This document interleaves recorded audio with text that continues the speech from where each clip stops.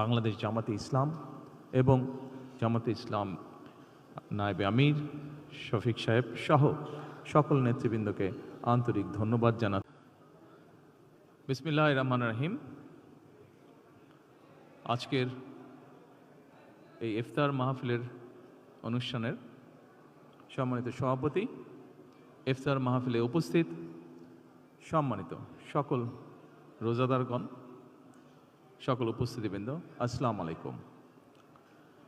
প্রথমে আমি বাংলাদেশ জামাতে ইসলাম এবং তার নেতৃবৃন্দকে আন্তরিকভাবে ধন্যবাদ জানাচ্ছি। আজকে আমাকে, আমার সাথে আমার নেতৃবৃন্দকে এবং আমার সাথে আমার সফর সঙ্গীবৃন্দকে এই ইফতার মাহফিলে দাওয়াত দেওয়ার জন্য। সম্মানিত সকল নেতৃবৃন্দ, উপস্থিতিবৃন্দ, আজকে এখানে শুধু আমি নই, এখানে শুধু বাংলাদেশ জামাতে ইসলামের নেতৃবৃন্দ বা কর্মীবৃন্দই নয়, আমাদের বাইরেও এখানে অন্যান্য আরও রাজনৈতিক দলের নেতৃবৃন্দ আছেন।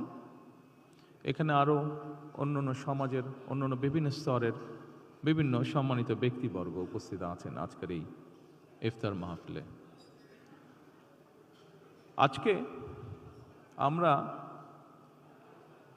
একটি গুরুত্বপূর্ণ সময়ে সকলে এখানে একত্রিত হয়েছি। দেশের একটি গুরুত্বপূর্ণ সময়। কিছুদিন আগে দেশে নির্বাচন হয়েছে। এই নির্বাচনের মাধ্যমে গণতন্ত্রের যাত্রা শুরু হয়েছে।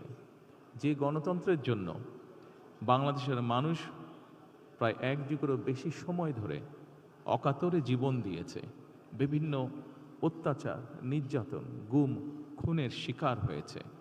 এত ত্যাগের বিনিময়ে আমরা আজকের এই গণতন্ত্রের যাত্রা, যেটি সূচনা হচ্ছে বা হয়েছে নির্বাচনের মাধ্যমে, সেটির সুযোগ পেয়েছি। এই ত্যাগের মাধ্যমে, এই আত্মত্যাগের মাধ্যমে হাজারো মানুষের অত্যাচার, লক্ষ মানুষের নির্যাতনের মাধ্যমে আমরা আমাদের বাক, ব্যক্তি স্বাধীনতা, গণতান্ত্রিক অধিকার চর্চার সুযোগ আমরা ফিরে পেয়েছি। সেজন্যই প্রথমেই আসুন আমরা আল্লাহর দরবারে শুকরিয়া আদায় করি।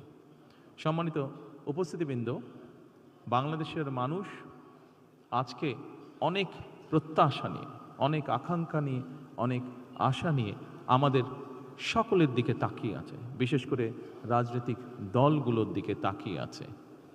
আজকে আমাদের এই ইফতার মাহফিলে আসুন আমরা আল্লাহর নামে শপথ গ্রহণ করি যে আমাদের আগামী দিনের কাজগুলো হবে এই দেশের মানুষের ভাগ্য পরিবর্তনের জন্য। আসুন আমরা আল্লাহর দরবারে সেই রহমত চাই যার মাধ্যমে আল্লাহ আমাদেরকে এই দেশের মানুষের ভাগ্য পরিবর্তনের জন্য, এই দেশের ভাগ্য পরিবর্তনে কাজ করার তৌফিক আমাদেরকে আল্লাহ তাআলা দিবেন।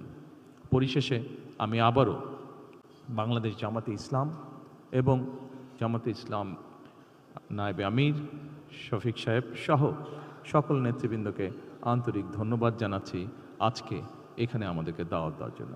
আসসালামু আলাইকুম।